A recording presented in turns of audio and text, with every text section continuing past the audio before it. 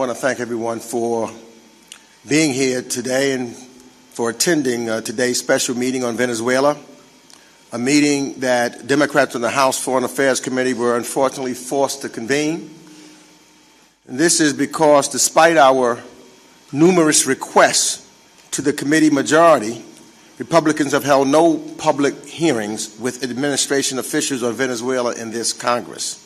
No hearings during the months of this administration's illegal bombing of boats in the Caribbean and Pacific to purportedly stop drugs from Venezuela. Though the country is not a primary source of cocaine or fentanyl entering the United States. No hearings in the run-up to the unprecedented military intervention into Venezuela earlier this month that Congress did not authorize. And the chaos since, or what comes next. And no hearings on the administration's ambitions in the Western Hemisphere and how they will avoid dragging us back into the mistakes of a colonial and imperialist past.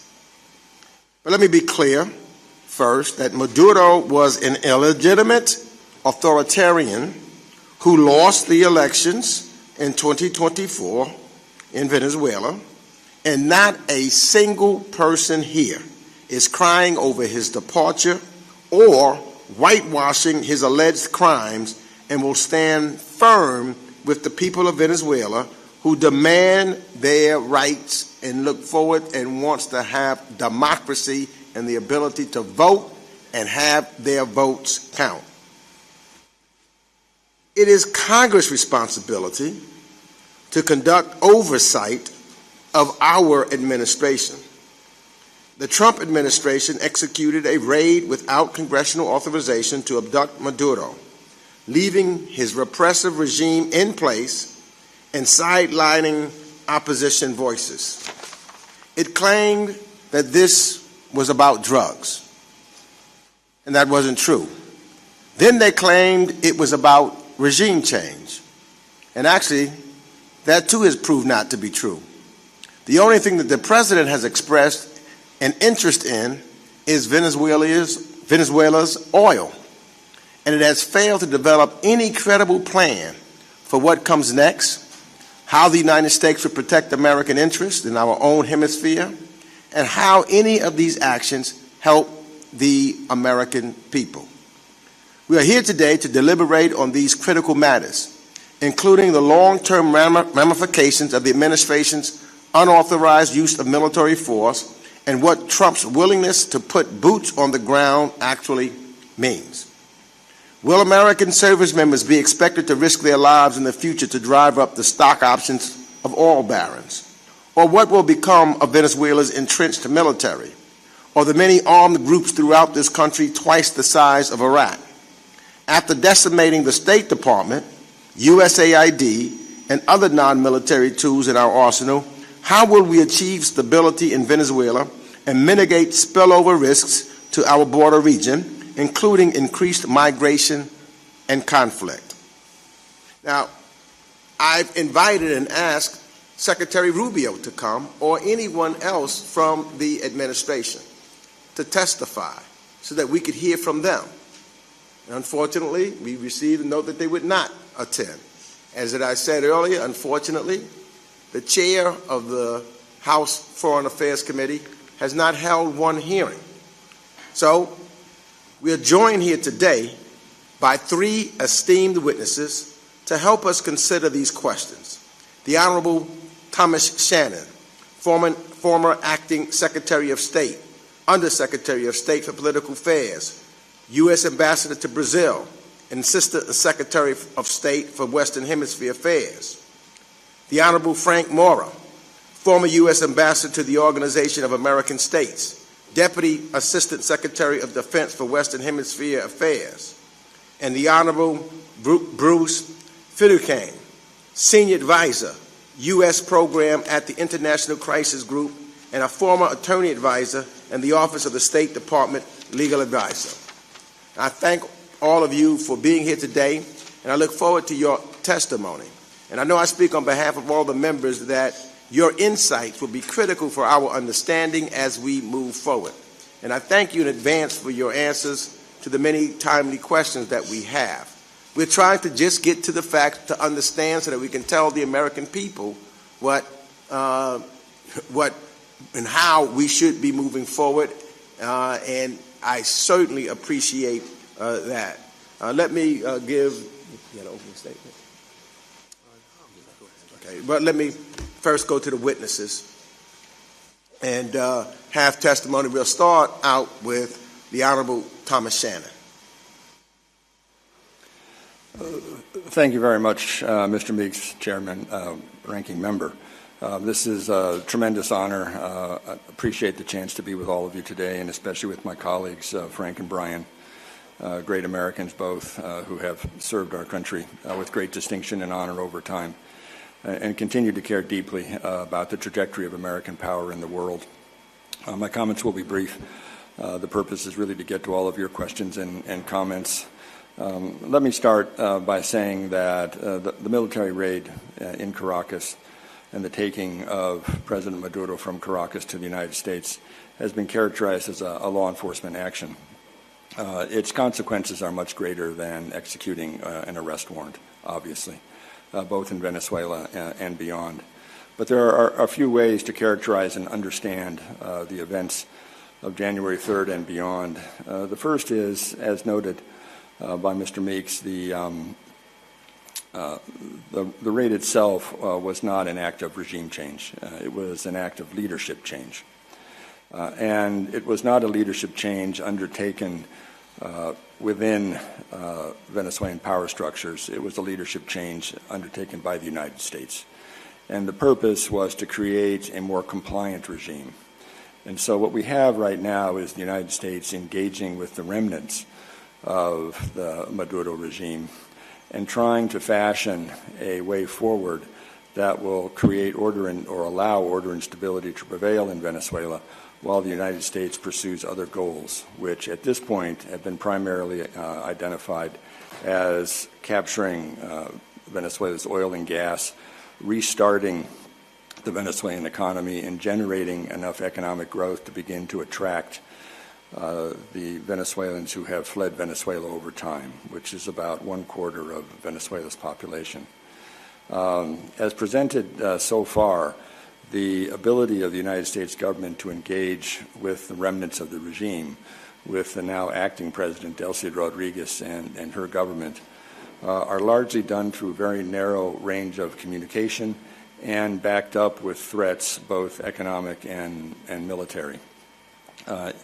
I believe that as we look deeper into the future, we need to understand better the nature of the regime we're working with, the nature of Chavismo at this moment in the 21st century, and what possibilities this creates for U.S. success, if any. I do think it's important to understand that in this particular moment, the President's decision to engage with the remnants of the regime and not to engage with the Democratic opposition is a mistake. It's a mistake not only because of the legitimacy that members of the Democratic opposition like Maria Corina Machado and Edmundo Gonzalez Urrutia have already established through elections in Venezuela, but also because at the end of the day, if the Venezuelan people don't have a voice in this process, the political volatility of Venezuela will only increase. In other words, this is not a country that can be governed through the existing regime. If we're concerned about governability, if we're concerned about the economic well-being of the Venezuelan people, if we're concerned about how we restart foreign investment and draw Venezuela back into a larger global economy, it has to be accompanied by a political transition that is meaningful, long-term, and holds some degree of hope for Venezuelan people that have been long suffering. And so let me just close by saying that tomorrow's meeting between President Trump and Maria Corina Machado is going to be a watershed moment in terms of what comes next for the United States, but also what comes next for the Venezuelan people. It's my hope that she will be able to emerge from the White House with some kind of endorsement from the President or a clear recognition that the Democratic opposition and the Venezuelan people need to have a seat at the table at this very important moment in Venezuelan history. So thank you very much, sir. Good morning, Ranking Member, members of the committee. Thank you for the opportunity to speak with you today. I want to focus on a central challenge facing U.S. policy toward Venezuela. The assumption implied or explicit that the United States can shape Venezuelan governance, economic outcomes, and a democratic transition from afar, without military presence, without a robust diplomatic footprint, and without a clear political roadmap. Now, as the ranking member said, let me start by being very clear. Venezuela is better off without Nicolás Maduro. His rule was authoritarian, corrupt, and deeply entangled in criminal networks. But removal is not the same as transition. At present, there is no clear or coherent U.S. plan for how Venezuela is to be governed, stabilized, or economically revived in a post-Maduro period. Instead, policy appears to follow the build the plane while it's flying approach. The administration has signaled that it wants to avoid nation building and sustain engagement, yet it also implies that the United States can meaningfully influence outcomes from a distance.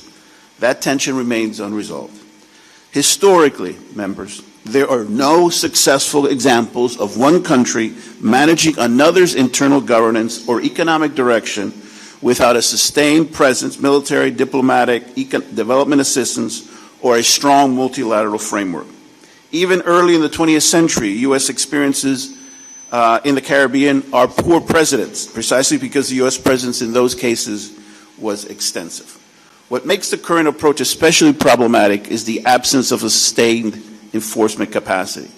Beyond the possible reimposition of sanction, there is little ability to enforce or credibly signal U.S. government governance or economic priorities. Now, this is not an argument for occupation or military operations. It is simply a statement of reality. Without troops, diplomats, development missions, or some form of international framework, U.S. leverage rests largely on rhetoric, sanctions, and limited economic engagement. Those tools can influence behavior at the margins, but they cannot manage a political or economic transition. This matters because the incentive structure inside post-Maduro centers of power in Caracas strongly favors resistance to meaningful reform. Political leaders rarely sign their own death warrants without serious pressure. Security forces, political operators, armed actors, and economic elites tied to state rents view democratic reform, independent institutions, and the rule of law not as neutral improvements, but as threats to their power, and in some cases their survival. As a result, we should expect tactical concessions rather than real transformation. Limited steps, especially in areas that Washington prioritizes, such as the oil sector, may be offered to ease pressure and buy time. At the same time, reforms will be delayed and repression will be selectively intensified, and hedging behavior deepened in expectation that the U.S. attention will eventually shift elsewhere. The oil sector illustrates the problem clearly. Serious investment requires predictable laws, enforceable contracts, and credible protections for capital. We are already seeing signs of resistance. Caracas has pushed back rhetorically against Washington, while reports point to heightened repression alongside selective concessions. These are not actions of a system confidently moving toward democracy. They're efforts to reassert control while limiting external influence. So the policy implications are clear. First, Congress should demand a clear strategic articulation from the administration. What is the end state that the United States seeks in Venezuela? And what benchmarks define progress toward democracy, human rights, and economic predictability? Second, members should press the administration to explain how it expects to influence governance and economic outcomes without a sustained U.S. presence, and what limits it acknowledges as a result. If the embassy remains closed, what leverage does Washington believe it retains, and what outcomes is it prepared to forego? And finally, Congress should insist that support for democracy, human rights, and Venezuelan societal political agency remain the organizing principle of U.S. policy, aligned with the demands expressed by Venezuelans themselves, not short-term stability or access to resources. Venezuela has an opportunity to move beyond authoritarianism, but without a realistic assessment of power, incentives, and limits, we risk mistaking leverage for control and aspiration for strategy. Thank you. Thank you, Ranking Member Meeks, members of the committee. I welcome the opportunity to speak with you this morning. As you have heard, before joining the International Crisis Group, I was an attorney advisor at the U.S. Department of State, where I advised administrations of both parties on issues relating to the use of military force and war powers. My remarks this morning are informed by that experience. The weight of expert opinion and my own view is that the U.S. attack upon Venezuela was a usurpation of Congress's war powers under the U.S. Constitution and a clear violation of international law. The question now for Congress is what it does to reassert its own prerogatives and indeed constitutional responsibilities with respect to the use of military force to foreclose further unauthorized military action by this administration. As you're aware, the U.S. Constitution assigns the power to declare war and related war authorities to the Congress, okay? And it does so for very good reasons that remain relevant today as ever. It is precisely because going to war is one of the most consequential decisions that this country can make that the framers of the Constitution assign this to the collective decision-making of the legislature to be informed by public debate and deliberation rather than leaving it to the whims and preferences of one man. But this does not leave the country undefended. Of course, the President is Commander-in-Chief under Article 2 of the Constitution, but his authority is limited to use unilateral force in that capacity only to repel sudden attacks upon the United States, okay? Obviously, the attack upon Venezuela was not to repel a sudden attack upon the United States, nor even an imminent threat of one. Further, it had obviously no congressional authorization. As such, it implicates the 1973 War Powers Resolution, okay, which Congress enacted to reassert its own constitutional role with respect to war and peace. This 60-day clock for removing U.S. armed forces from hostilities under the War Powers Resolution was triggered, and in my view, that clock continues to tick. Okay, U.S. armed forces remain in a state of confrontation in the region, and the administration has repeatedly threatened additional military action against Venezuela, military action without congressional authorization. In my view, the attack upon Venezuela was a clear violation of international law. That is Article 2.4 of the UN Charter. The U.S. is not just a party to this treaty, it was the principal architect of this treaty, which forms a cornerstone of international law. Article 2.4 prohibits the use or threat of the use of force in international relations, subject to narrow exceptions, none of which are relevant here. And I want to emphasize this administration has not made any sort of serious argument that its actions in Venezuela complied with international law. Indeed, at the UN Security Council last week, the U.S. ambassador to the United Nations didn't lay out any sort of real argument that the invasion was consistent with the UN Charter. And indeed, the legal opinion it relies upon suggests that the President can unilaterally, quote, override the UN Charter or otherwise disregard it. This matter is not just a matter of international law, but also U.S. constitutional constraints. Article 2 of the U.S. Constitution imposes upon the U.S. President a duty to take care that the laws be faithfully executed. Those laws include not just the Constitution and statutes, but also treaties, including the UN Charter. At a minimum, faithful execution forbids blatant violation of the UN Charter. The U.S. disregard for the UN Charter in this military action has consequences far beyond Venezuela. The U.S. helped build, after World War II, the international legal structure, which the UN Charter is a cornerstone. And the U.S. action risks damaging that legal order, emboldening other countries to use military force in a predatory fashion against their neighbors, which could implicate U.S. partners and allies around the world. And further, as we've seen in the days after the incursion into Venezuela, it seems to have emboldened the U.S. President to threaten military action against a number of other countries, not just Venezuela, but Colombia, Mexico, Iran, and even a NATO ally. So how should Congress respond? It's important for Congress, again, to discharge its own constitutional responsibilities with respect to the use of military force. The people's elected representatives should publicly debate and deliberate over whether the country goes to war or uses military force. In the immediate term, there are resolutions posed in both houses of Congress to block further military action against Venezuela. And in addition, there are measures in both houses of Congress that would enable Congress to exercise its ultimate war power, the power of the purse. In the longer term, Congress should undertake structural reform of the 1973 War Powers Resolution, including to close supposed loopholes, shorten timelines, and impose automatic funding cutoffs. Thank you very much. Thank you. I'll start out with a few questions, and then I'll go to Mr. Castro, who is the ranking member on the Western Hemisphere Subcommittee. But let me just ask this question.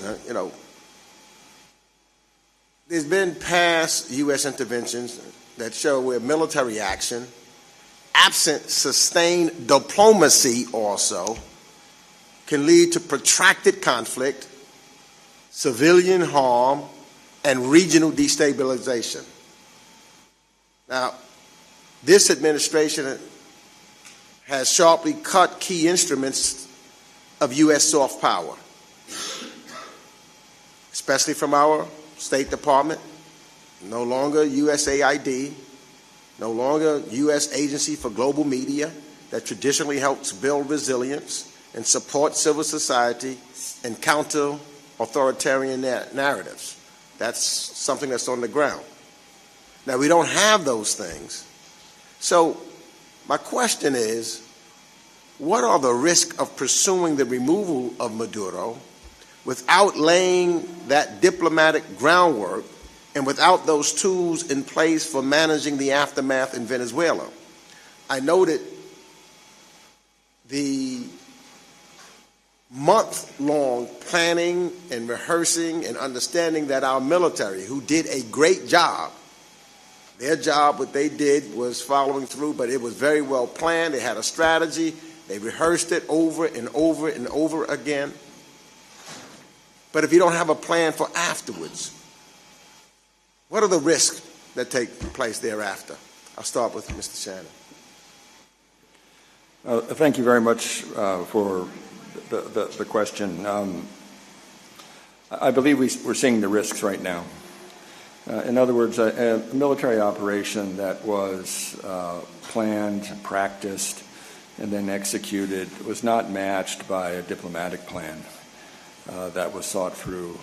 And so there's a degree of improvisation at this point where it appears the primary purpose is trying to avoid a significant long-term presence by the United States on the ground, especially the U.S. military, and a need to ensure some degree of order and stability.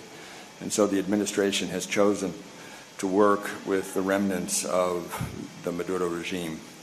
The problem this creates is that this is the regime that the administration had vilified as criminal and as a part of a narco-trafficking network and a terrorism network. The people who have been designated, identified, indicted are still in place. And for Venezuelans who are looking for some kind of exit from a political conflict that has consumed that country for nearly 25 years, this is not the exit.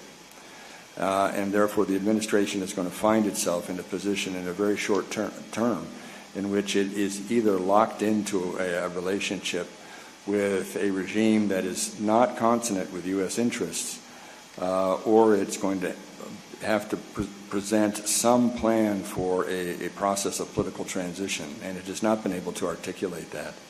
And in the process, absent an open and functioning U.S. embassy in Caracas, absent the ability to surge American diplomats into Caracas, absent an ability to protect them while they're on the ground, absent a USAID, which would have been the natural conduit through which development assistance, accountable development assistance would have been delivered.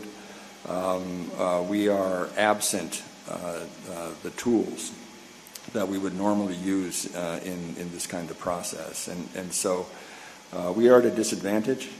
The regime knows that.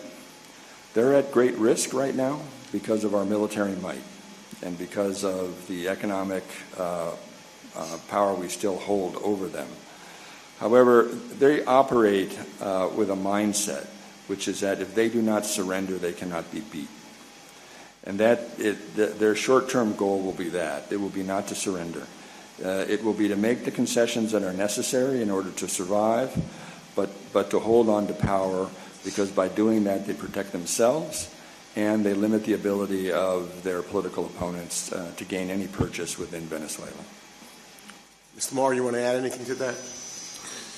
Just briefly, Congressman, you indicated basically that there is no strategy here, and I think that's true. There is a sort of incongruence between the goals or what it's trying to achieve in Venezuela, even those are not very clear, and the means and tools. When you have that kind of mismatch between ends and means, you're bound to run into enormous challenges.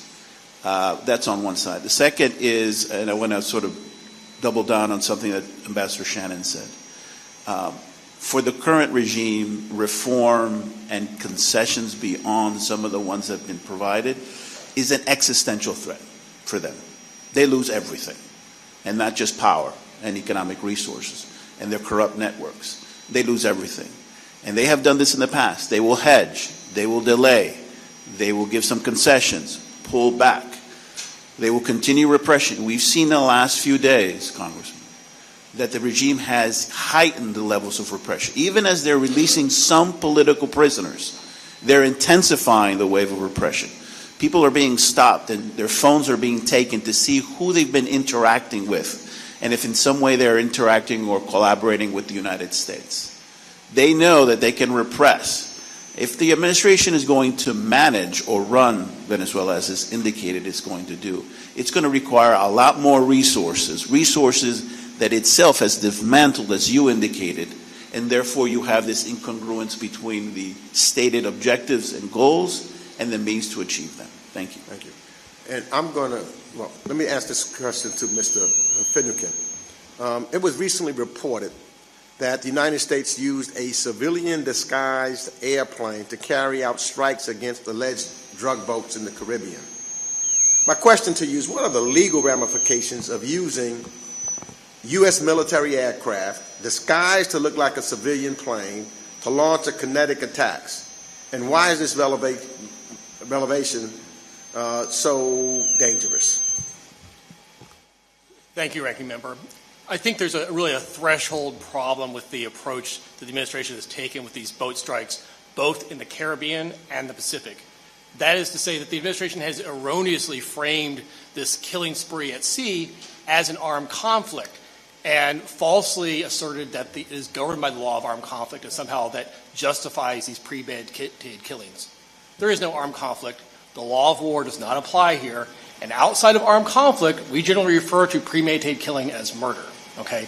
And so the framing of these attacks as lawful combat, the framing of the use of this aircraft as perfidy under the law of war, that's misplaced and to some extent a red herring because the law of war just doesn't apply here. It is significant, however, that if the administration claims that the law of war applies here, and that is the operative legal framework, if they are taking actions inconsistent or which violate their own bogus legal framework, that should signal another layer of problems with the operation at sea.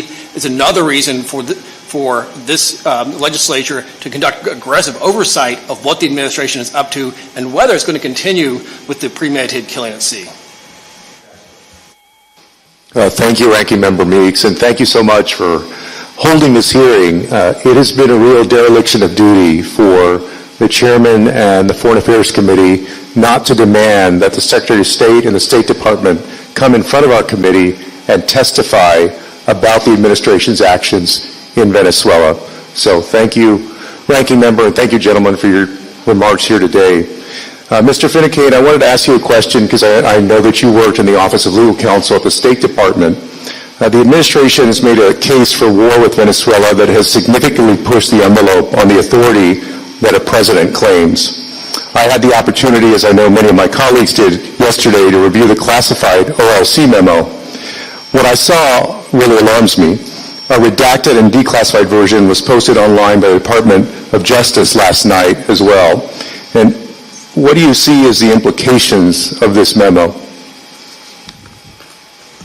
Well, one of the most troubling implications and serious implications is there is an assertion in this Department of Justice memo that the president can override or otherwise disregard international law, including the UN Charter, because it doesn't bind him. As I mentioned in my opening remarks, that is inconsistent with the U.S. Constitution, which requires the president to take care that the laws be faithfully executed, as well as establish that those laws include not just statutes and the Constitution itself, but also treaties, including the UN Charter. That was the understanding of both the Roosevelt and Truman administrations and the Senate that provided its advice and consent to that treaty. So that's a pretty significant implication. More broadly, this opinion, it frames this operation as a law enforcement operation, and somehow that authorizes the use of the military in this dramatic fashion. Okay, but this is not framing it in these terms is misleading, as Ambassador Shannon said at the outset. Okay, this is a massive military operation in Venezuela. I have participated in joint law enforcement military operations of planning and execution and the analysis of those. This is unlike any of those that I participated in, and unlike those that are even referenced in the opinion itself. And I will also say that while the Department of Justice and aspects of the administration, elements of the administration may frame this as a law enforcement operation, the president himself has not used that characterization. He's been very outspoken that this is about the oil.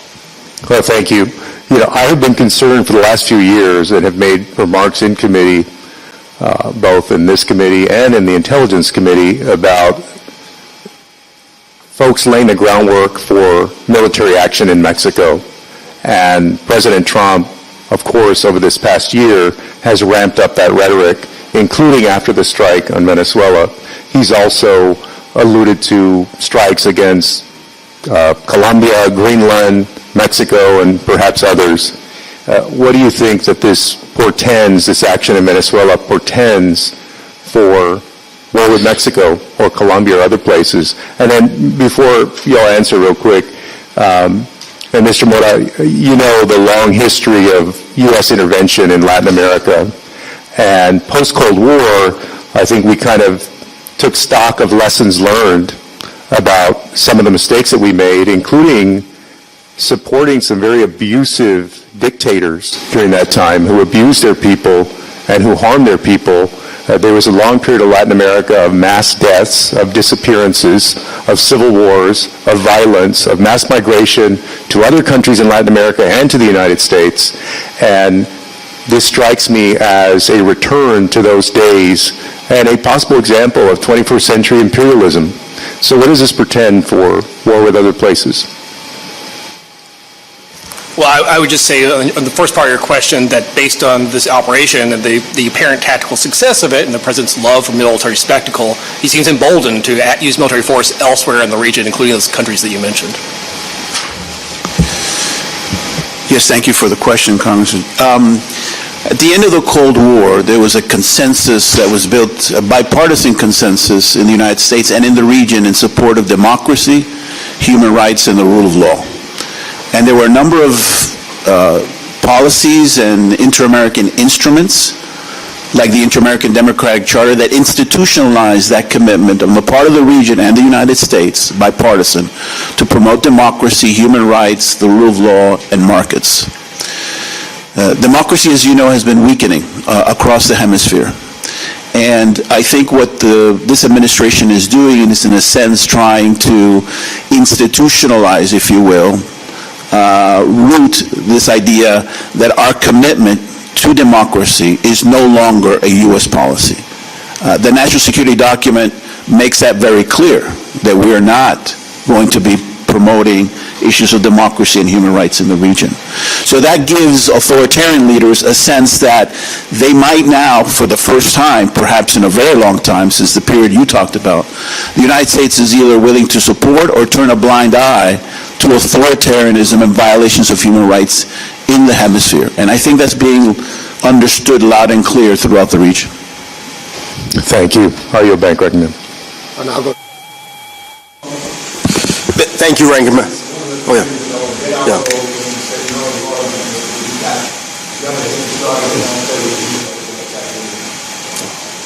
Thank you, Ranking Member, for putting this timely gathering together. You know, for months, Democrats on the House Foreign Affairs Committee repeatedly called for oversight of U.S. policy towards Venezuela. And yet, once again, Republicans have chosen to abdicate their constitutional responsibility, deferring to the White House instead of defending our oversight authority. The ranking member, you even invited Secretary of State Rubio and Deputy Secretary of State Landau, and it was not to grandstand, but to help the American people hear directly straight answers about what this administration is doing in Venezuela. So their refusal to not show up is not just disappointing, it's telling. It shows where their priority, where their agenda is, and it's not about transparency for the American people. Instead, I thank our experts for stepping up when Trump officials are shirking their responsibility. Now, let me be clear. Nicolas Maduro is an undemocratic despot. He's brutalized his own people, rigged elections to stay in power, and presided over a regime that starved and terrorized Venezuelans for decades. He deserves to face justice for all that he has done, but Maduro's crimes do not give Trump the blank check to commit more crimes or power to run another country, which he says to us, even with a Wikipedia post. What we are missing, what we are witnessing is not a coherent strategy. It is chaos. It is clear that Trump has no plan for what will happen next in Venezuela. His string of reckless gambits are exacerbating instability, violence, and suffering. Instead of empowering democratically elected leaders in Venezuela, Trump has repeatedly undercut them. And rather than reinforcing democratic institutions, Trump seems bent on empowering the very cronies who prop up Maduro's rule. This is not strategy, it's spectacle. And so let me restate what I think is obvious to all of us. Venezuela is a sovereign country. Its people deserve self-determination, respect for their democratic aspirations, control of their own resources, and not the theatrics that we see from ex post from the president and all the geopolitical grandstanding that we've become too accustomed to.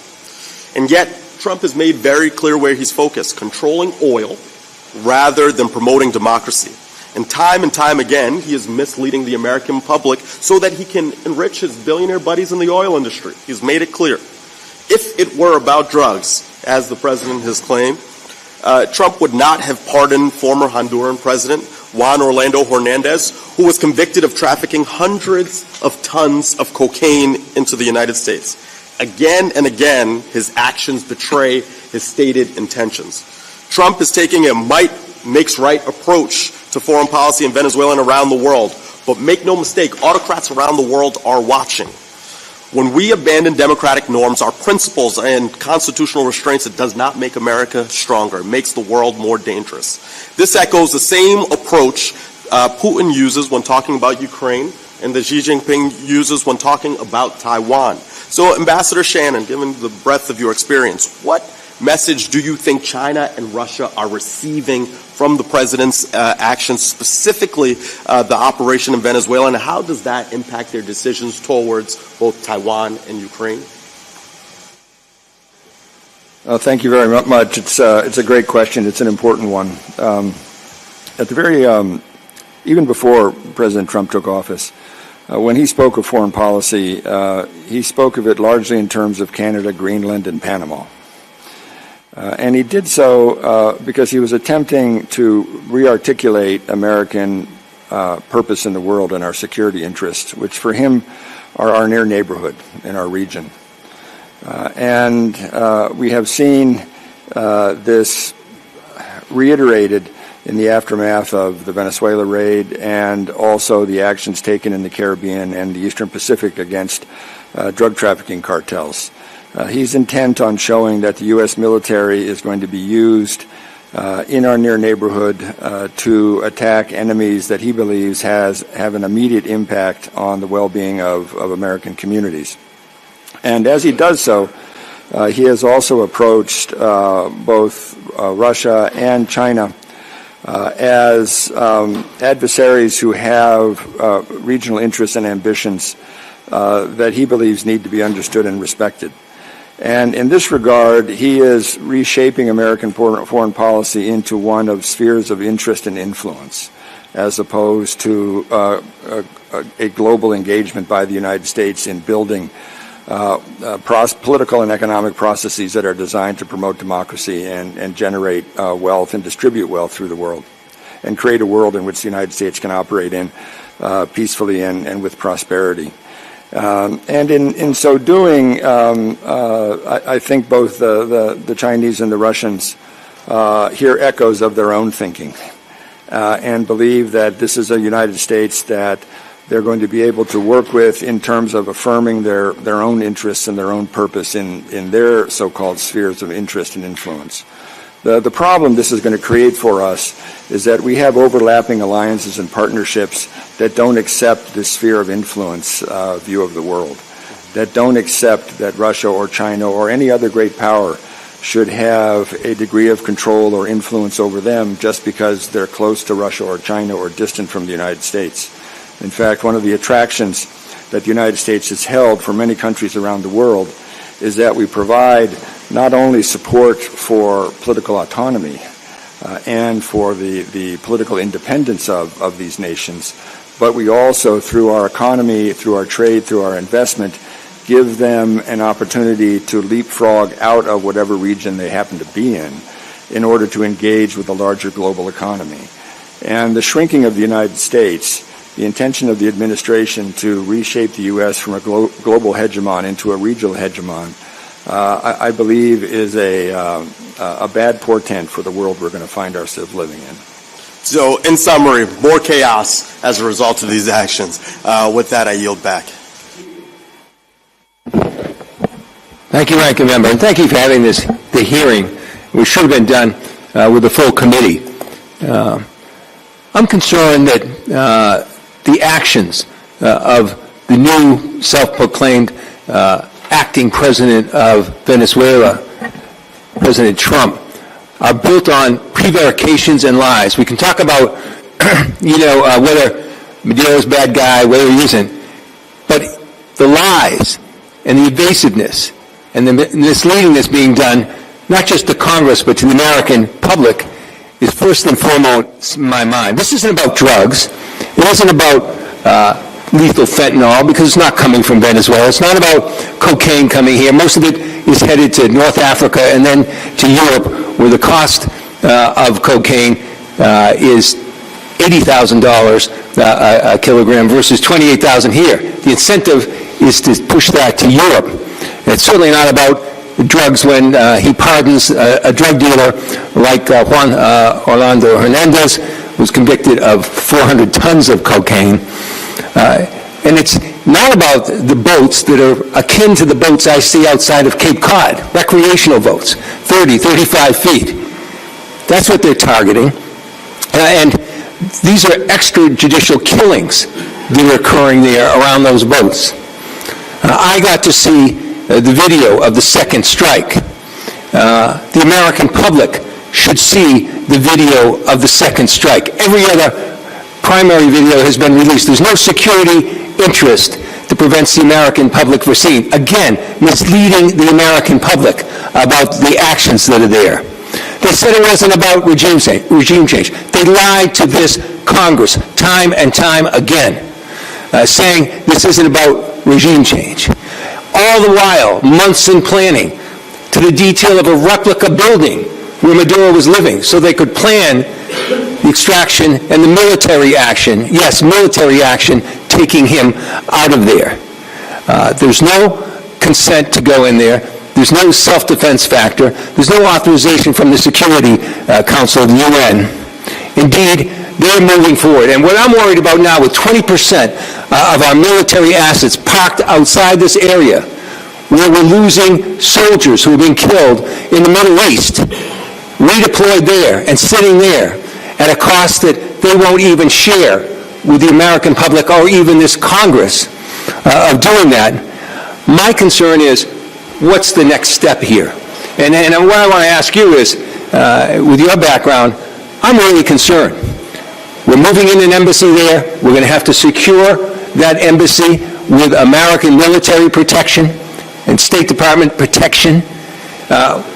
We're going to be dealing with a government where we're not on the ground, and yet I want all of you, just jump in whenever you can.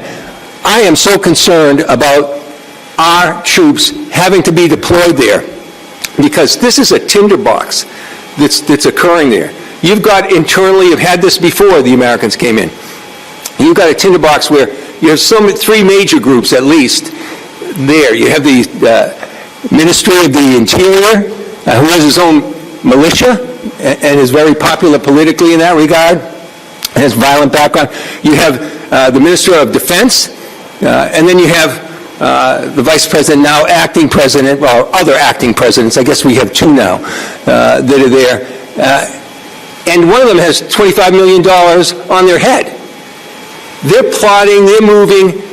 If there's any kind of interaction there, which is almost predictable, how is the U.S. going to come in and intervene without troops on the ground, without risking our young men and women in the military? What's that threat that they're internally, that we're not doing anything to plan for? Thank you, Congressman. You're right. There are multiple armed groups, some of them aligned with the regime and others that are not aligned with the regime, engaged in economic activities, engaged in just illicit mining, for example, protection money, etc. So these groups don't have loyalty oftentimes to any single political group or political center.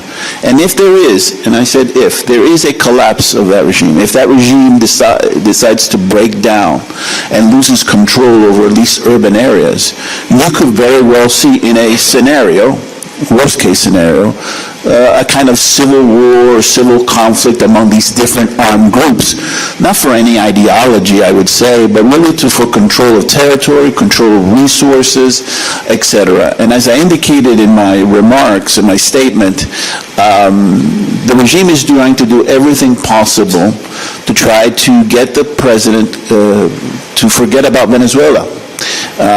Perhaps the calculation is if we give them something along the lines of the petroleum industry, that will be enough for the president to declare victory, and we can hedge, we can delay, and ultimately stay in power, and therefore control these armed groups if it's necessary, right? That's a scenario that they are banking on. But to end my comments, Congressman, I think we are in a very fluid, dynamic, and uncertain situation. We can play all kinds of scenarios and options here, but we really don't know what's likely to happen, because the administration, as we all have indicated, doesn't have a roadmap, doesn't have a strategy, did not plan the day after. And I suspect I haven't done that yet. Well, as I yield back my time, I'm over it.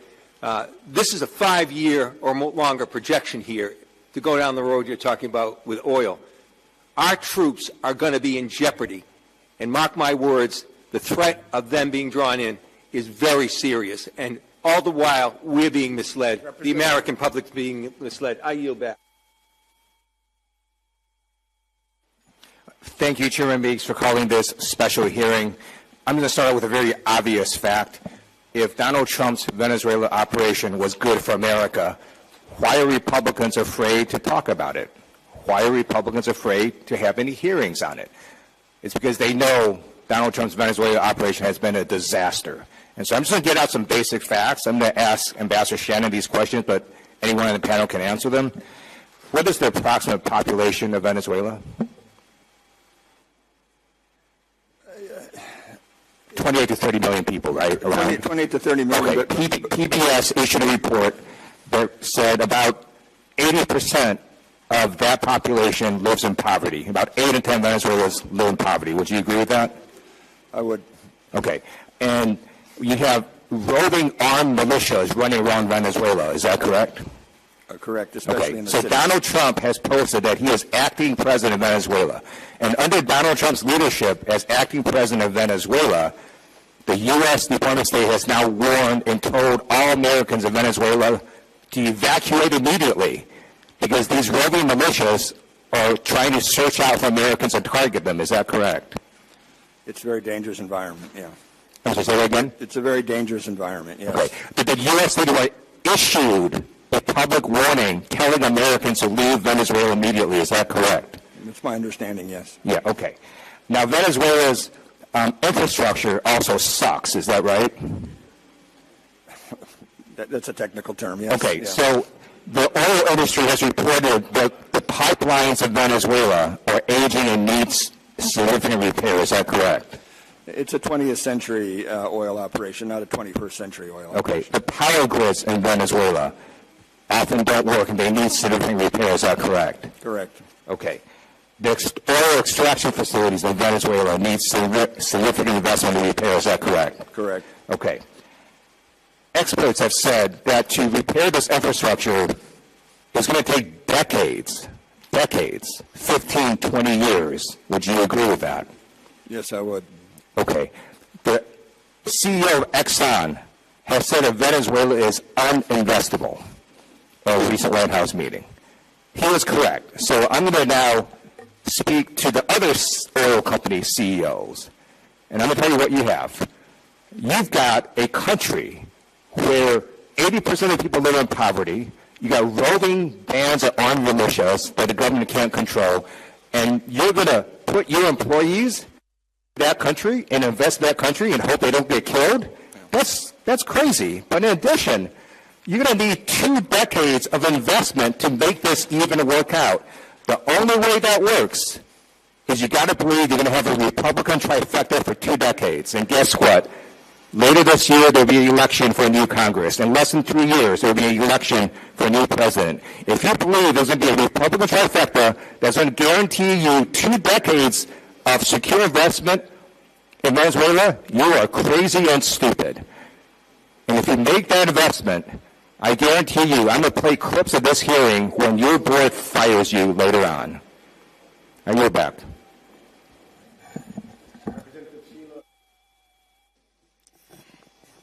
Thank you so much for having this hearing, Ranking Member. And I represent South Florida. This issue is very personal for us. Many of us in our community, we're used to seeing the price of dictators and authoritarian countries, and we're not living in a fantasy that removal of Maduro automatically changes what happens in Venezuela. In fact, we actually know it actually gets worse. My family comes from Haiti, and I remember growing up as a young child, hearing about how my favorite aunt was arrested and beaten up. I would hear stories about my uncle who was outspoken, who was murdered by the following regime. And it seems for us to have real change in Venezuela, we need a real thought-out plan. And I haven't seen a thought-out plan, which we talked about, but also not living in the fantasy. We know that this commitment is going to take more than 5 to 10 years. It can actually take decades. And if it is not done correctly, we could be looking at a country that is another failed state and that the narco traffickers actually grow. So I wanted to dive into what is the state of play right now in Venezuela. Who is on the ground? What are some of the organizations who are there? And from your knowledge, have they been surrendering or submitting to this administration? Because when we talk to the administration or hear from them, they're living in this assumption that everybody would kneel to their will and that everything's going to be okay because they are holding off their oil. But we've seen this before, and we know that this is not how this usually plays out. Could anybody respond to the state of play and who's actually on the ground in Venezuela to be disruptive? Well, thank you very much. I'm very happy to start the responses. There are very few people on the ground. The U.S. government is not on the ground. Absent Chevron, there are no U.S. oil companies on the ground. I don't believe there are any U.S. oil service providers on the ground at this point in time. And there are, there are some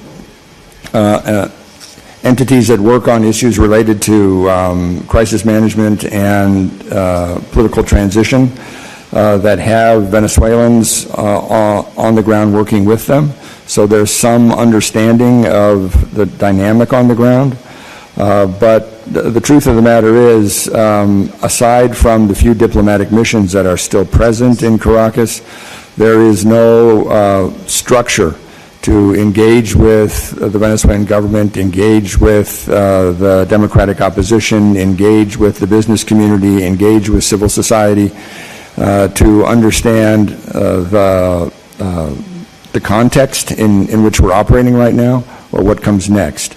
And this is worrisome because it means that the Trump administration has to work through a regime or a government that it has already vilified. And the question is, how can you undertake and manage any kind of political transition? I understand the real anguish of your constituents. Up to 1/4 of Venezuela has fled the country and is living either in the United States, in Colombia, in Panama, in Spain, or beyond. And many are waiting for an opportunity to return, but they want that opportunity to be secure, and they want to have a chance not only to live freely and democratically, but also to prosper. We don't have a transition plan that points in that direction at this moment. Approximately how many years do you think that it would take to have a successful Venezuela? And I ask this because you're right. Everybody who left Venezuela has this dream of going home, just like my parents and my family has. And they've had this dream of going home to Haiti now for 50 years. And I've seen many of them pass away, never attaining that dream of going home. And looking at Venezuela in the state of play right now, without the scaffolding, without the program, without us even having a plan, it seems like that dream might not be achieved by Venezuelans who are living here today, because they might even pass. So do you believe this is a 5 to 10 year, or is this more of decades worth of investments if we do not actually have a real plan going forward? Well, Hugo Chavez was elected in 1999, and the political conflict that we have been viewing really emerges in the early parts of the century. So we've had 25 years of political conflict in Venezuela.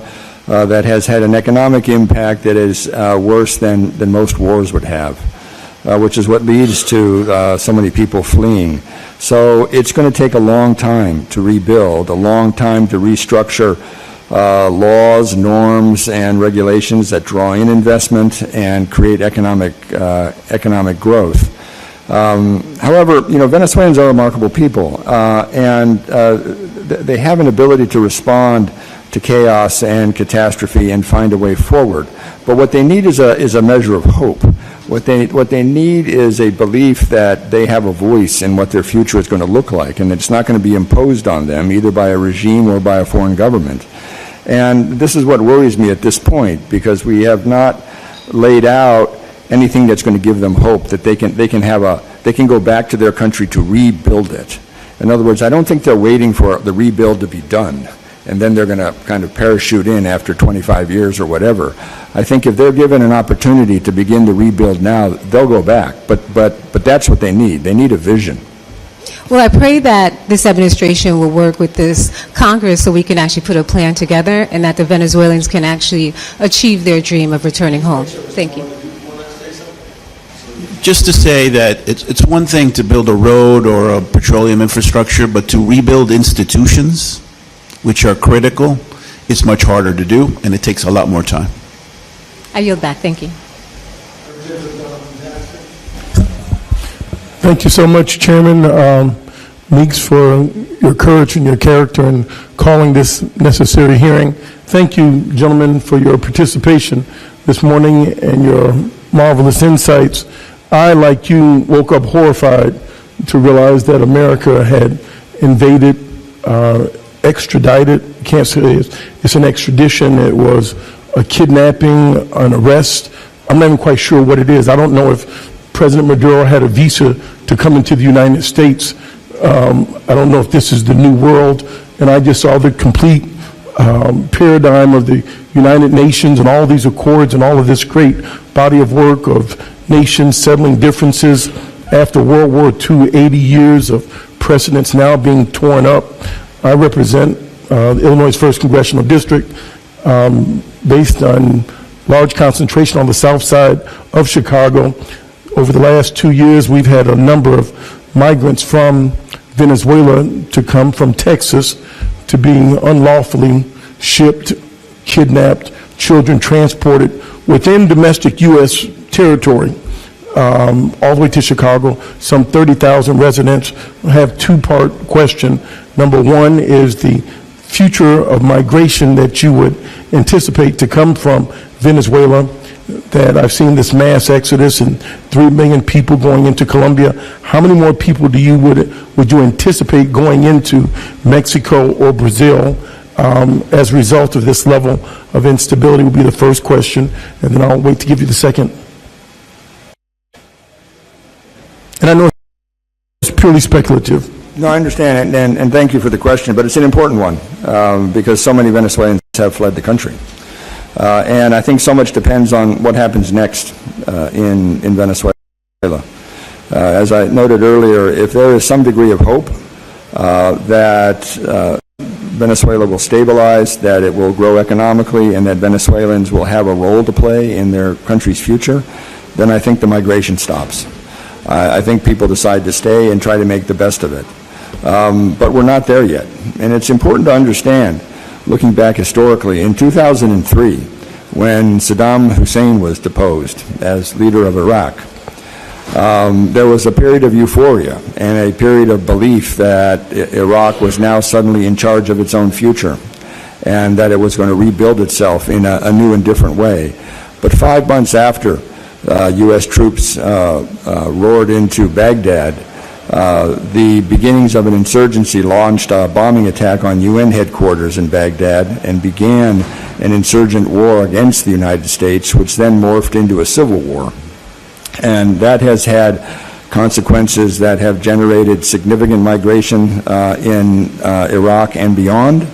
And one has to worry that absent clear direction, absent vision, and absent political engagement by the United States in Venezuela, that Venezuela itself could crack, and political volatility could generate more internal conflict, which would then generate more migration. So it really all depends on what we do over the next bunch of months. Thank you. Congressman, yes, there's an expectation problem here, Congressman. I really don't think that time is on our side. I think the Venezuelan people inside the country and outside the country have huge expectations that this will lead to democratic transition soon. The Economist just published a poll this morning, or maybe it was yesterday, where it indicated that a majority of Venezuelans within Venezuela expect an election within 6 months. My question is, when that does not happen and people become disillusioned and frustrated, will they leave the country? Or will they stay?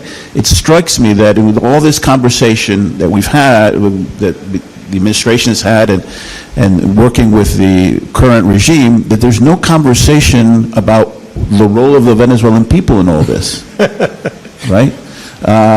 They want democracy. They want the results that we saw in July of 2024 executed. And it seems from this administration that they're not interested in that. As you know, the president was asked about a democratic transition, and he said it might take years. That must have, I've not consulted the Venezuelan people, but that must have fallen on the Venezuelan people like a bomb, right? That I'm going to have to live with this now for the next, 2-3 years? And if they feel that, the possibility for migration increases. And the last question is, I've gone to Venezuela on several occasions, and Caracas to Chicago is 2,504 miles. You can walk it, drive it, bicycle it, whatever you choose. So I see the continuity. And my concern about the oil companies, and I was a bit insulted to see the President Trump, Chairman Meeks, he tells on Air Force One in an interview the other day that he didn't like the answer from the CEO of Mobil Exxon, so he will exclude him. He thought he was being too cute, is what he told one of the premier oil companies and executives. Mind you, this is when we started this last administration, the Trump administration, to start with Rex Tillerson as a key economic advisor, and by the time his administration was over, it ended up with Mr. Pillow being his key economic advisor. So I'd like to find the hope, and I'm not getting that from you. I feel the same way as you. Can you leave me with some hope on what is the best of a worst situation that we can anticipate? I mean, it's ugly, but there's got to be a daybreak. What can we dream of, if you would like to share some with the Venezuelan people? It's not meant to be easy. I'll be brief, Congressman. I think that if the United States insists that the Venezuelan people and the democratic opposition in Venezuela begin a dialogue with the regime. If we're going to work with this regime, if that's the conclusion of this administration, that those conversations begin and that a roadmap, a framework be established for a transition, and that the United States insist upon that. That might happen after tomorrow's meeting between the President and Maria Corina Machado. I'm not sure. But I think the United States should insist that that conversation and that process begin now. Thank you, Mr. Ranking Member, for convening this meeting and doing the oversight that Republicans refuse to do. It is so important that we continue to call out Trump's invasion and takeover of Venezuela for what it is. He is dragging us into a full-throttle imperialist foreign policy where the United States is the malign actor on the world stage. It is disastrous, it is dystopian, it is destabilizing, and the American people need to understand what's at stake if this president is not reeled in. We're talking war, we're talking exploitation, and we could be talking dead Americans. There's a reason why we don't do occupations or colonies, because the history of military interventionism and regime change costs thousands of American lives, trillions of American dollars, and it creates a backlash around the world. We've seen this movie. We know how it ends. We need to write another ending to this script. I have a few questions. Many of them have already been answered, so I appreciate you. Ambassador Mora, earlier you talked about the goals are not clear, but in my mind, I think the goal is crystal clear. In one of his press conferences, the president mentioned oil 27 times, and he never mentioned the word democracy. So can you sort of talk about the challenges, that's putting it nicely, of an oil-first, sort of oil-only foreign policy that we seem to have right now with Venezuela? For any investment, Congresswoman, you need a framework. You need stability. You need predictability. If the country is immersed in chaos and instability, it's very difficult to begin to invest in a country like that. And so there is, again, an incongruence between the stated goal, which is to extract and increase and extract oil and gas from Venezuela, and the institutional infrastructure capacity required to do such a thing over the long term. You cannot disconnect economic growth or development from the political environment.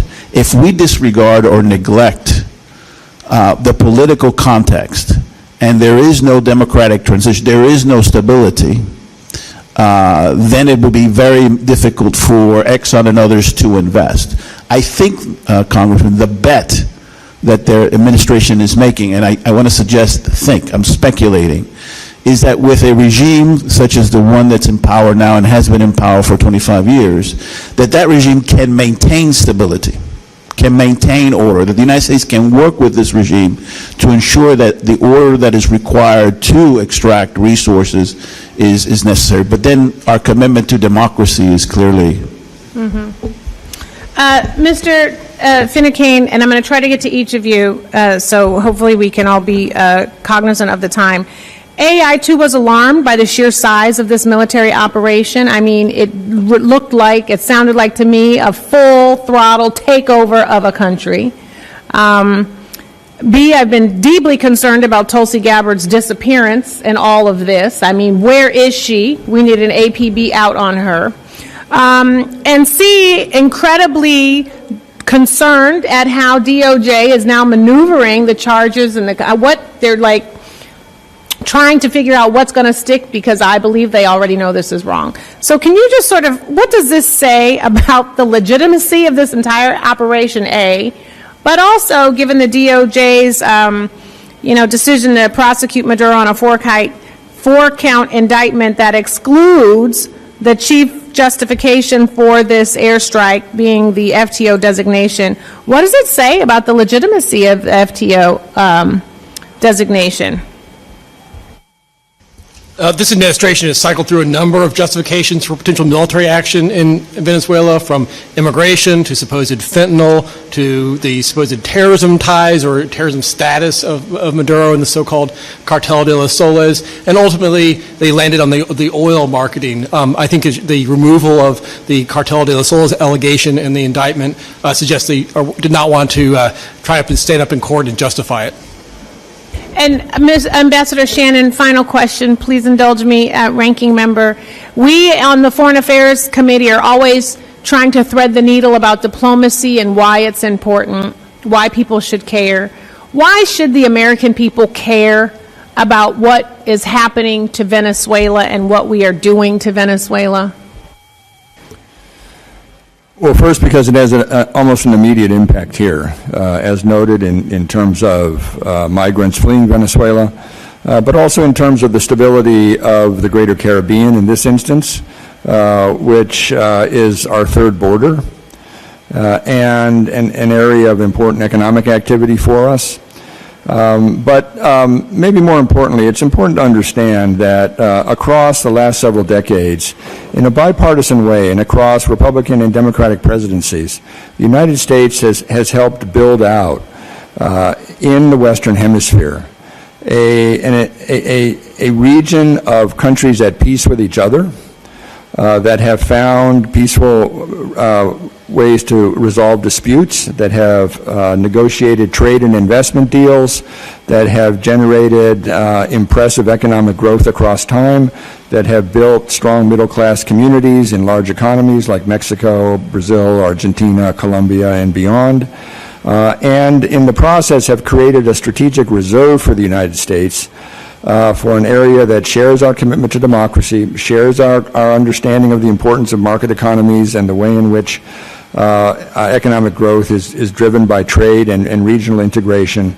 and have, in creating this strategic reserve, have created, I think, a platform, a democratic, market-oriented platform that allows the United States to address larger strategic concerns elsewhere in the world with a degree of peace and security in our own hemisphere. And that was the product of diplomacy. That was the product of investment and trade. It was the product of engagement by our private sector and our civil society in our hemisphere. It was not the product of military action. And that's what we will lose.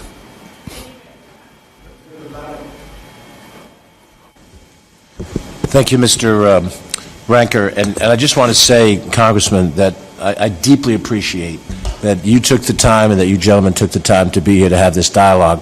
I've been in 4 other legislative bodies before my service in the House. I have never seen a committee structure that avoided the major issues that needed to be discussed. We have to discuss Venezuela. We have to discuss Greenland. We have to discuss tariffs. We have to discuss Ukraine. We're not discussing any of those things. So, Mr. Leader, your leadership on this is essential. Gentlemen, I have one question. It's simple, but it's complicated, and I'm asked this question. How much do you think it's going to cost for the American involvement in Venezuela after this action? I have been asked that by people, and I have no way to even begin to put my hands around the price tag. And of course, since we don't know what the actions of the country will be, you don't even know how to cost it out. But whether you're drawing off of our Iraq experience or Afghanistan experience or just your own personal knowledge of what goes into this, what do I tell somebody? What could the price tag be for this American involvement now that the military stuff is over and now that we have to deal with what's left? What do you think? That's a tough one to answer, Congressman. I don't know. It depends, as you indicated, as to what exactly we will be doing.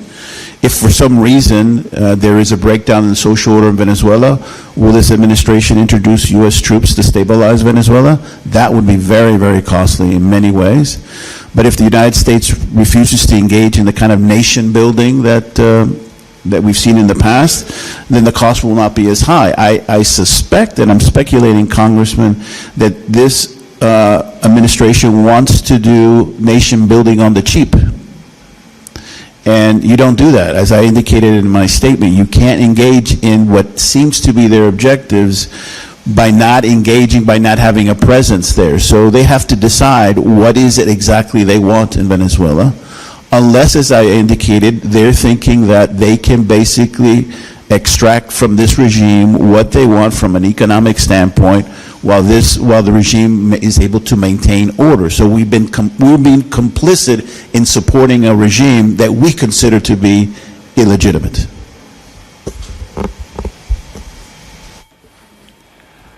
I can't put a number on it, but I would just refer you to Afghanistan and Iraq. And although we don't currently have troops on the ground and we don't have the structures in place that we attempted to build in Afghanistan and Iraq, we might find ourselves driven in this direction. And so that's an outer boundary.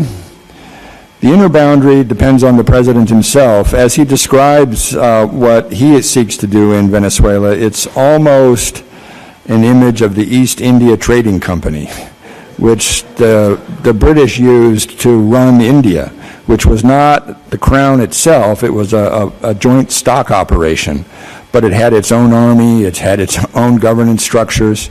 But I don't think we'll be successful in that because we won't have the support of the region in building this out, and we won't have the kind of control that the British had in South Asia at the time. So I'm sorry I can't give you an exact number, but you can tell your constituents that their grandchildren will be paying for it. Congressman, if I could, as the ambassadors have said, it really depends on what the administration has in mind, but just to give you a scale of the challenge, even if the administration is exclusively focused on the oil sector, this is a statistic I got yesterday. This is a statistic I got yesterday from doing a briefing with an expert on Venezuela's oil sector. And what she said is that to get back to peak production, 3.1 million barrels, it would take 10 years and $100 billion. That's focused solely on oil.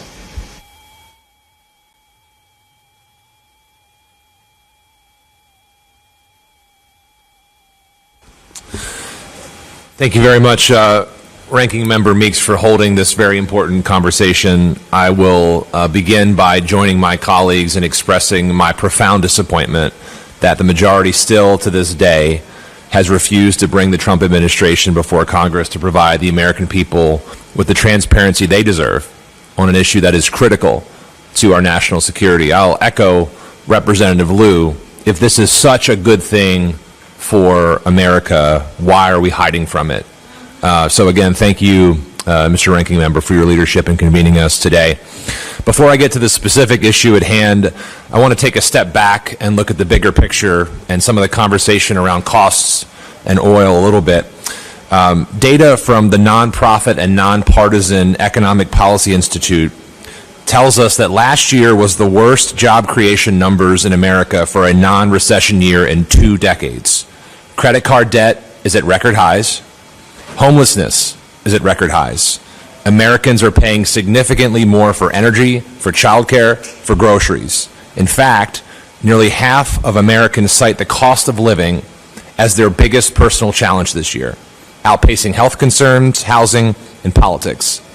Failing to make good on its promise to lower costs on day one, the Trump administration has instead blown through hundreds of millions of dollars on a military operation without congressional authorization, and more alarmingly, as we've discussed today, no plan for what happens next.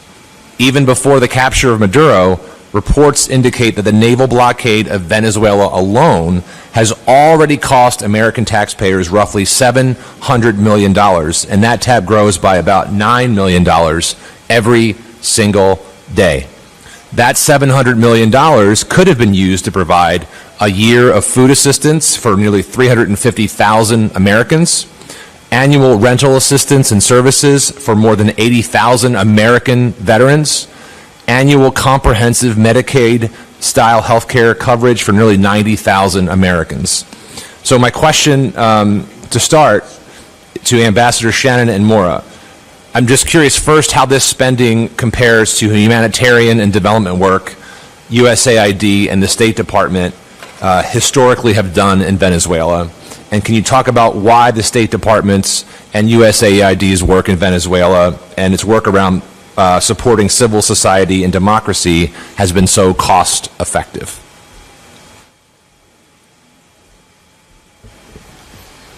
Thank you very much for the question. $700 million is a lot of money. and $9 million a day is a lot of money. I can remember telling one of my colleagues in the White House during the Bush administration that if, at the time I was senior director for Western Hemisphere Affairs in the National Security Council, that if I could get our budget for Iraq for a single month and use it in Latin America, people would be building statues to President Bush in public plazas throughout the region. And I can tell you that if this kind of money were used to teach people English, to give them trade skills, to get jobs, to provide potable water, to ensure mother and child health, to address any of the immediate and necessary development needs that the United States has been addressing across decades, the political impact would be significant, and we wouldn't need military interventions. That's more. I think it will be more expensive in the long term, depending on what the administration decides to do, Congressman. Because in many ways, as the ranking member and others have said, we have dismantled all our many of our tools like USAID and others who could have been very helpful now in Venezuela in helping to reconstruct, provide technical assistance, institutional support. We do not have that tool. So I'm not sure how the president plans to, he says, rebuild Venezuela. How is he going to actually manage the finances of Venezuela? The State Department, as you know, has lost about 1,300 members. So, again, there is a disconnect between what the president is seeking to do, apparently, and our ability to do it because of policies taken by this administration to dismantle our soft power tools as well as some of our development tools. Really powerful responses there. Thank you both for that. Just really incredible the ways in which we've missed opportunities through other means to better utilize that money, not just in Venezuela, but throughout the world, and also the ways in which we are ignoring the needs of the American people in the process, too. So I really appreciate your presence and your response here. And with that, Mr. Chairman, I yield back. Thank you very much, Mr. Chairman, for holding this hearing. And I think we all lament that the full committee of which we are members of has not sought to thus far provide the oversight that this committee is supposed to on all things that involve foreign relations with our country. Thank you, our panel here. I don't want to retread ground that's already been covered. I mean, we all agree that Maduro was bad news, and thankful that the U.S. military, with their expertise, were able to remove this guy and his wife, but still the regime is there, and still what we've learned is that it wasn't about drugs and it wasn't about regime change, but it's about oil. And I don't understand, because the fact is that you're not going to reduce the price of especially this high viscosity oil that is difficult to extract, has a limited market value, and energy companies in the United States, around the world, and our allies in the Middle East, this isn't no secret. They have no interest in driving oil prices below $60, $70 a barrel, period. There's no profit motive once you do that. And I know from my folks out in California, Chevron, they who have the biggest tentacles here in Venezuela, have had all sorts of issues and loss of money along with Exxon. And I can guarantee you they're not going to be willing to make the investment without certain guarantees by this administration and this president that ultimately is going to involve security, a lot of money, and putting risk of American lives. That's the bottom line, if this policy is to be pursued.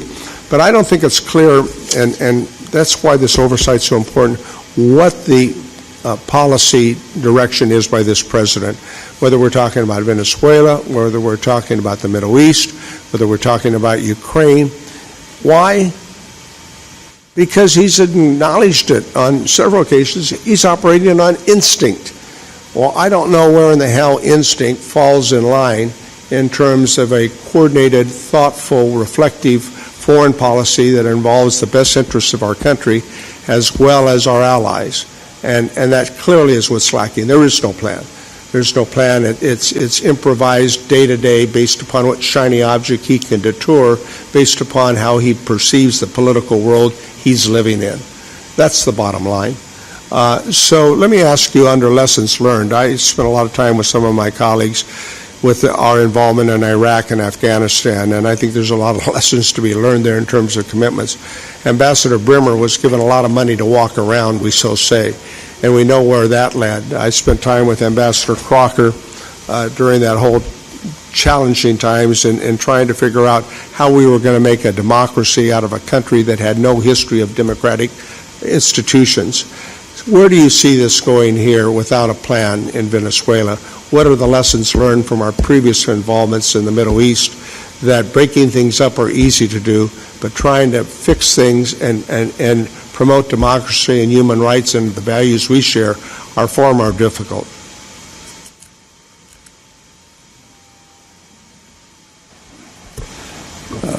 Thank you very much for the comment and the question, and I'll start by saying that Venezuela is a country over time that has been deinstitutionalized.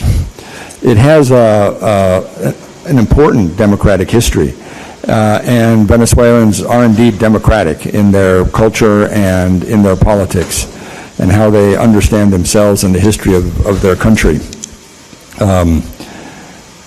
But the breakdown of institutions, the breakdown of political structures and parties, and the increasing use of repression by the regime has created a vacuum, a political vacuum in the country that has to be addressed.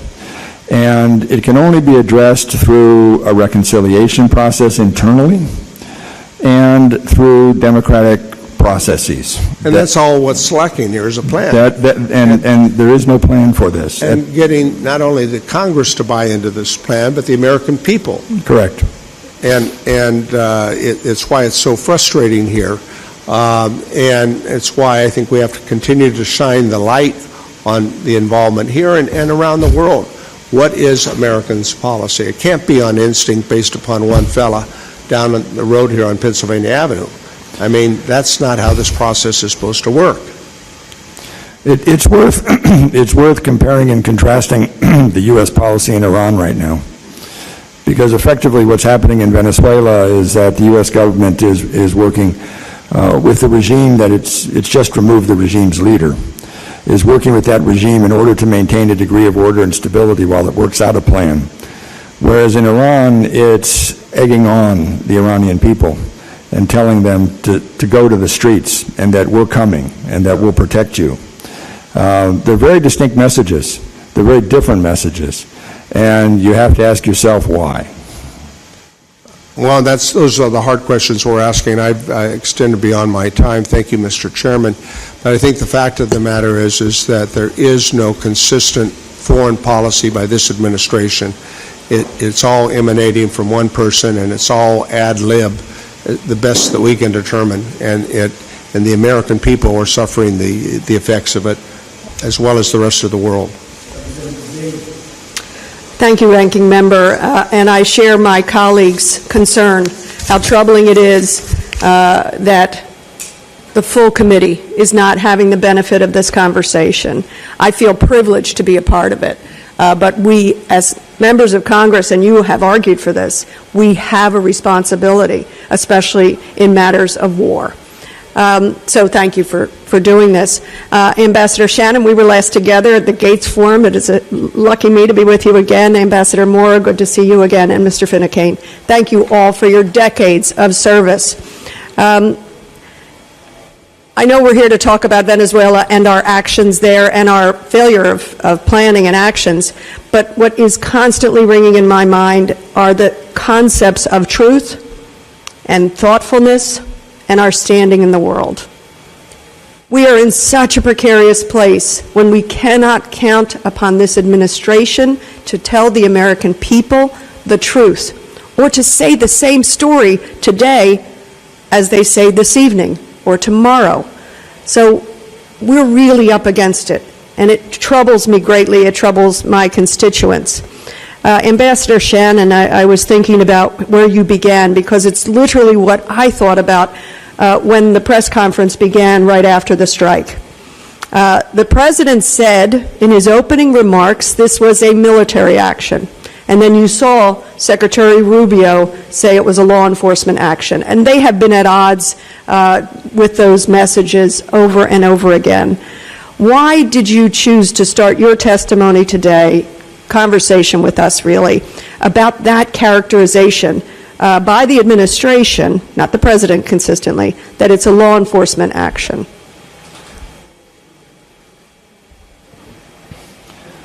Well, it's great to see you again. Thank you very much, and thank you for the question.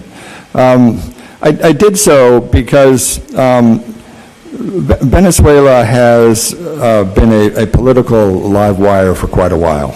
It's been a source of debate within the U.S. body politic, within the U.S. Congress, within the U.S. administration for many years, and it has all revolved around democracy in Venezuela, protection of human rights, and respect for the rules and norms and regulations necessary for successful investment in Venezuela. And the degree to which we could work with Nicolas Maduro and his governmental regime in order to accomplish purposes and address political conflict inside of Venezuela. And when we move against a leader like that, when we take a dramatic military action that has the potential to break open the political stasis that Venezuela had found itself in and actually begin to move towards some kind of solution, for us then to pretend that this wasn't an unusual and dramatic military action, that it didn't have a profound political impact in Venezuela and beyond, but was just picking up a criminal somewhere where we happened to find him, I found was disingenuous, to say the least. And it did not share with the American people the opportunity of the moment, which was how do we harness the energy and the intent of the Venezuelan people to allow them to reshape their country in a way that would benefit us. Instead, we're stuck in a moment in which we are working with the very same people we just attacked. And of course, those frameworks have never been discussed with the American people, let alone Congress. The administration has never brought that level of thoughtfulness, preparation, planning the next day to this. Ambassador Morrow, and I think I really want to pose this to all of you. You mentioned the incongruence between the stated purpose and actual underlying apparent purposes. And I think about, Mr. Finucane, your talk, your understanding of what is legal and what is not. And thank you for raising those issues to us. We have a very important role to play. Maybe I'll say this to all of you. If you were inside this administration, based on your decades of experience, and I'm saying you're in this administration, with what we know about their ambitions and their planning and their thoughtfulness or their lack of it or their attention, what would you do to persuade them? And we'll just stay here because we could talk about Iran, we could talk about Greenland, we could talk about USAID. What would you do at this moment to persuade this administration to take a different course? As Ambassador Shannon indicated, Congresswoman, and thank you for your important question, what happens in Venezuela has regional implications, right? We cannot contain crisis in Venezuela just within Venezuela. It can spill over, it has spilled over. And so we need to be thinking, something that we've not talked about is how do we work with our regional partners to gain their support for a democratic Venezuela. And the second thing I would say, Congresswoman, is, as I said earlier, we need to think about how do we empower and we embolden the Venezuelan people so that they have agency, so that they have a role to play in their future and their destiny. We cannot dismiss the opposition. We can't say they're not ready for prime time. It's their future, it's their destiny, and I believe that the stability of Venezuela depends on our commitment, clear commitment, public commitment to democracy in Venezuela, in the region, something that it's clearly not a priority for this administration. Mr. Finucane? The way I would frame it is in terms of the president's own stated interests. If the president wants to win a Nobel Peace Prize, bombing a new country every week seems a poor plan to win one. I would also frame it in terms of the president's decades-long expressed expertise in nuclear non-proliferation, of all things. The president claims to be an expert on that. Well, threatening the use of military force against other countries, threatening them with conquest and annexation, at the same time as undermining U.S. defense alliances, that seems to be a recipe for furthering nuclear proliferation around the globe. I thank you all for that. There's so much more I'd love to discuss with you. I hope we'll have further opportunity. And I think you're right. Tomorrow's meeting with Maria Machado is going to be so important. Perhaps she will offer her Peace Prize to the President, understanding what is persuasive in this administration. And I say that not flippantly, but I think the exact same thing, Mr. Finucane. If this President wants to be a man of peace, show us your cards. Be a man of peace. This is not what he is interested in, as he threatens he's armed and ready in Iran, and he'll get Greenland by whatever force, and as he dismantled USAID. So I thank you all. Thank you, and let me thank all three of you in closing for appearing here today. You know, what your testimony has made clear is that the United States actions in Venezuela will have a long tail, that the story does not end at one operation, and that what comes next in the months, maybe years, and even decades will indeed be the legacy of this Trump imperialism, in my estimation. It's an abdication of our congressional responsibility to not conduct timely oversight over this administration's Venezuelan policy, I should say, and to ensure the actions this administration has taken is in the best interest of the American people. As Colin Powell once said to President George W. Bush on the Iraq War, if you break it, you own it. And the Trump administration will own the mess they've created, and there's no amount of hiding behind closed doors that will change that. I only wish that we would be able to have open hearings. I wish this was not just Democrats. I wish this was Democrats and Republicans. I wish that they would have had whether witnesses from the administration side to give their point of view. That's what we're here for as members of Congress. That is why it is important that we conduct our oversight responsibilities, because if there was no Congress, there would be no oversight. We were created to make sure that one person could not rule and just do whatever he or she wants. We are not the Duma of Russia. We don't want to be and make the same mistakes that some countries have made to allow a democratic country turn to an autocratic country. That's what Congress is all about. And your being here today is tremendously helpful.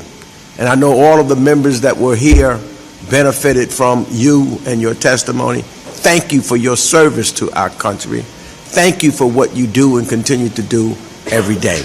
And with that, we'll adjourn this shadow hearing.